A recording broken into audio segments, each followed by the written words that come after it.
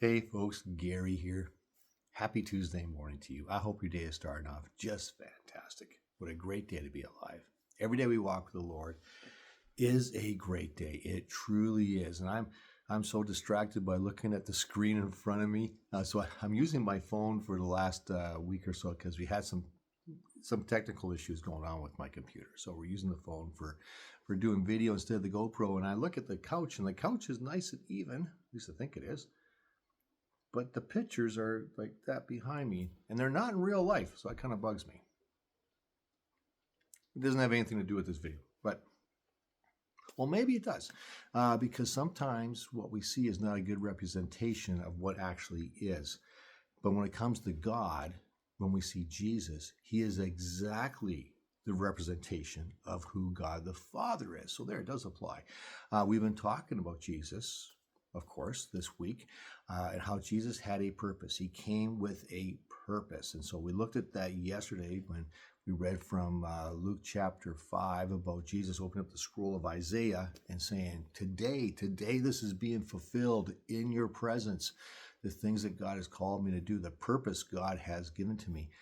And when we read from John, so we did that Sunday, but John chapter 14, we read about this exchange that he has with Philip. Philip asks him a question, and Jesus answers. And so Philip said, Lord, show us the Father, and we will be satisfied.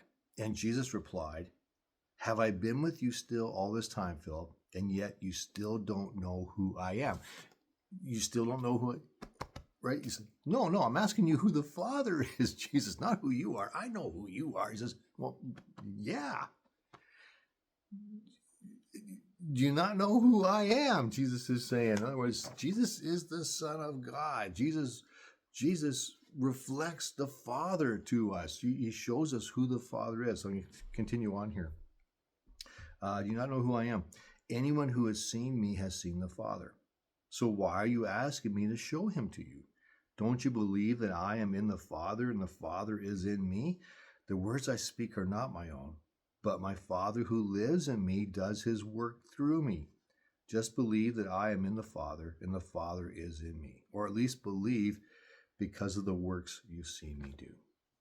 You know, the disciples didn't understand that, and that'd be a huge concept to try and understand for sure. So I don't blame them for that, but they didn't quite get it. The Pharisees certainly didn't get it. They saw their God, who they served, God, our Father in heaven. They saw him in the Old Testament, and they wouldn't have called it the Old Testament, but you get the idea. They called it the Torah, but they would have seen him in there. And then they see Jesus in the New Testament, and he's not the same to them at all. He does. They don't recognize him because of how they viewed the Father, how they viewed the God of the Old Testament. They could not see that Jesus was God because to them he was so different from the God that they were serving. But he's not, because he is God. And of course, we have the advantage because when we read the New Testament and we read about Jesus, we read about all his characteristics and who he is. And then we read the Old Testament. See, they didn't have the New Testament. Then we read the Old Testament through that lens, and we look at God in the Old Testament as Jesus. We get a better understanding about who he is.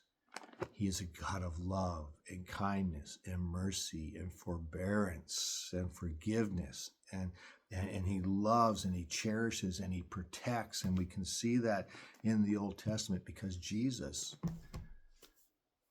he's a representation of God the Father. When he was here, he reflected that so that we would know who the Father is. So that's the message for today. Thanks for watching. We'll get more into this as the week goes on. Have a great day. Take care.